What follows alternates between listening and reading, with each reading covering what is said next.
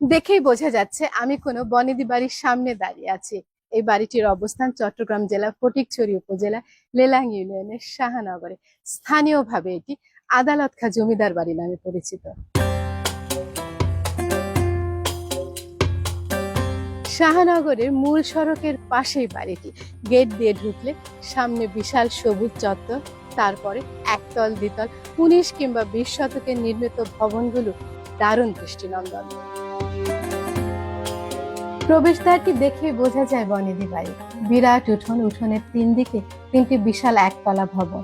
প্রতিটি ভবনেই লম্বা বারান্দা রয়েছে। প্রতিটি ভবনের পিলারগুলো বেশ লাগছিল দেখতে। জমিদার বাড়ির সামনের অংশে 3টি ভবন, একটি মসজিদ ও মসজিদের পাশে একটি দিঘি। দিঘির পাশ দিয়ে অন্দরমহলে যাবার রাস্তা। সামনের ভবনগুলো দেখে আমার মনে হচ্ছিল 20 শতকে নির্মিত। এবারের উত্তরসূরি মীর মোহাম্মদ খান সাহেবের কাছে জেনেছি এই জমিদারির গোড়াপত্তন করেন শেখ মোখলেসুর রহমান চৌধুরী, তার ছেলে আদালত খাঁ।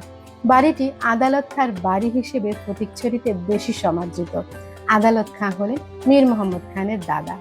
বর্তমানে জমিদারি দেখাশোনা করছেন মীর সাহেবের চাচা খুরশিদ ইরফান চৌধুরী। মীর মোহাম্মদ খান একটি চমৎকার তথ্য দিলেন আদালত খাঁ সম্পর্কে। তিনি 2টো গ্রন্থের রচয়িতা। গ্রন্থ দুটির নাম হলো স্বাধীনতার পর সমাজ ও আওয়ার প্যারাডাইস। আমার পেছনের দুয়ারটি মনে হয় বাড়ির অন্দরমহলে প্রবেশের দুয়ার। সেই দুয়ারের ওপরে একটি ঘড়ি অঙ্কিত আছে এবং ঘড়ির কাঁটাটি 10টা বেজে 10 মিনিট। আমি জানি না এই বাড়ি নির্মাণের সাথে এই সময়ের কোনো সম্পর্ক রয়েছে নাকি।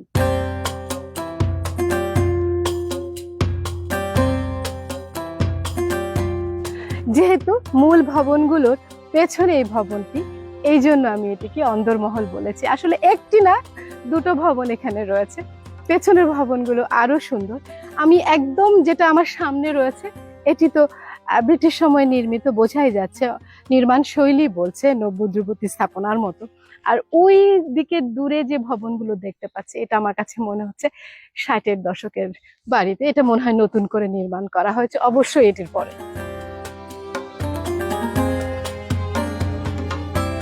জমিদার শেখ মোখলেসুর রহমান বণিক ছিলেন, রেঙ্গুনে ব্যবসা করতেন। জমিদার বাড়ি চত্বরের মোট আয়তন প্রায় 30 বিঘার মতো। জমিদার নিজে ও তার উত্তরসূরিরা পুরো চট্টগ্রামে অনেক জনহিতকর কাজ করেছেন। শাহনগর বহুমুখী উচ্চ বিদ্যালয় প্রতিষ্ঠা করেন মোখলেসুর রহমান 1929 সালে। স্কুলের পাশে ফাতেমা ডিসপেন্সারি আদালত খাঁ প্রতিষ্ঠা করেন তার মাতার নামে। এ বাড়ির পূর্বের ইতিহাস রয়েছে। জানা যায় 400 বছর আগে বাগদাদ থেকে নানাগাজী মুহুরী এসেছিলেন এই অঞ্চলে। এই জমিদার বংশের পুরনো বাড়িকে সবাই নানাগাজী মুহুরীর বাড়ি বলেই জানে। তারপরের দৃশ্যপট কেন্দ্রীভূত হয়েছে নূর আলী সওদাগরকে ঘিরে। নাম জেনে বোঝা যাচ্ছে তিনি ছিলেন বণিক।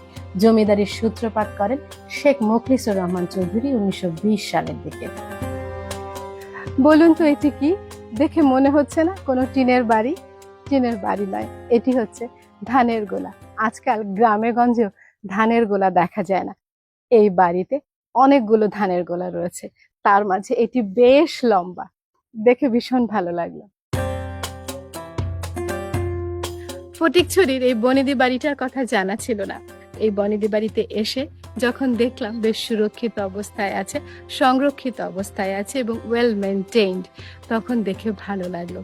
আর সাথে সাথে মনে হচ্ছিল বাংলাদেশের সমস্ত জমিদার বাড়িগুলো যদি এই রকম সুন্দর করে সংরক্ষিত থাকতো ঐতিহ্য পর্যটনের জন্য, বিষয়টি দারুণ হতো।